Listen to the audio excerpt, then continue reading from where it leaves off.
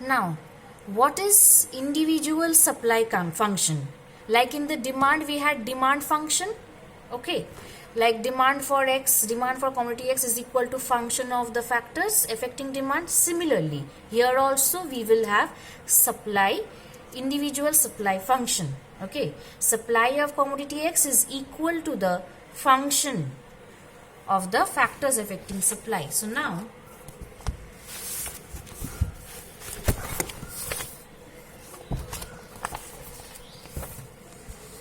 see the individual supply function. Okay, hope you all can see the individual supply function. This is the individual supply function. So here also we have quantity of commodity X or supply of quantity X is equal to function of price of commodity X is determined by Px. Technological changes is written as T. Price of inputs Pi. Then taxation and subsidy policy of the government is GP. Last is price of other goods, that is PO. Okay, so this is the individual supply function. Now, what is individual supply schedule? Individual supply schedule is a tabular representation. What is tabular representation? It is a representation in a form of a table. So it is a tabular representation of the various supply at various prices, various amount of quantity supplied at various prices. So individual supply schedule shows various quantity supplied at various prices. Okay, now here you can see the individual supply schedule. See, the price is increasing from 10 to 20, 30, 40, 50. The price is increasing. Similarly, as the price is increasing, the quantity supplied is also increasing, as the law of supply states. As the price is increasing, the quantity supplied is also increasing.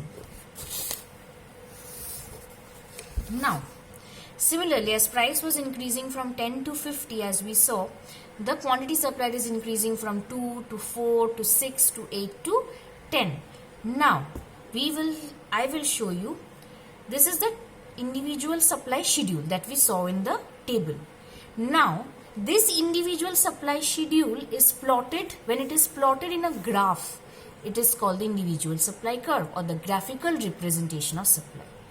In the table form, it is the schedule, individual supply schedule, and whenever it is plotted in a graph, it is the graphical representation of the individual supply schedule, and it is called the individual supply curve. Now, see the individual supply curve. Here again is same in the demand. Horizontal axis, quantity demanded, vertical axis, price. Now, as we had the price from 10 to 20, 30 to 40, 40 to 50, and the quantities also were increasing from 5, 4, 8 to 10. Similarly, we will plot these points in the graph. We will measure quantity here and price here, and we will plot these points in the graph. So see, after plotting, the supply curve is upward rising or upward sloping. Okay, so supply curve is upward rising or upward sloping. So we did supply function. See, Qx or Sx is equal to function of this. The factors are given. Then supply schedule, which is the tabular representation of the various quantities supplied at various prices. Now this points, when plotted in the graph, it is the graphical representation of the schedule or the individual supply curve. See, it is upward rising. It is upward rising, named SS, supply curve. So what did we understand? That the supply curve is upward rising. Demand curve was downward sloping because it had a negative relationship. If one was rising, other thing was falling down. Here if the price is rising, the quantity supplied is also rising. So it is a positive relation between the two, and thus the slope is also positively slope and is upward rising. The slope of the supply curve is upward rising. Okay.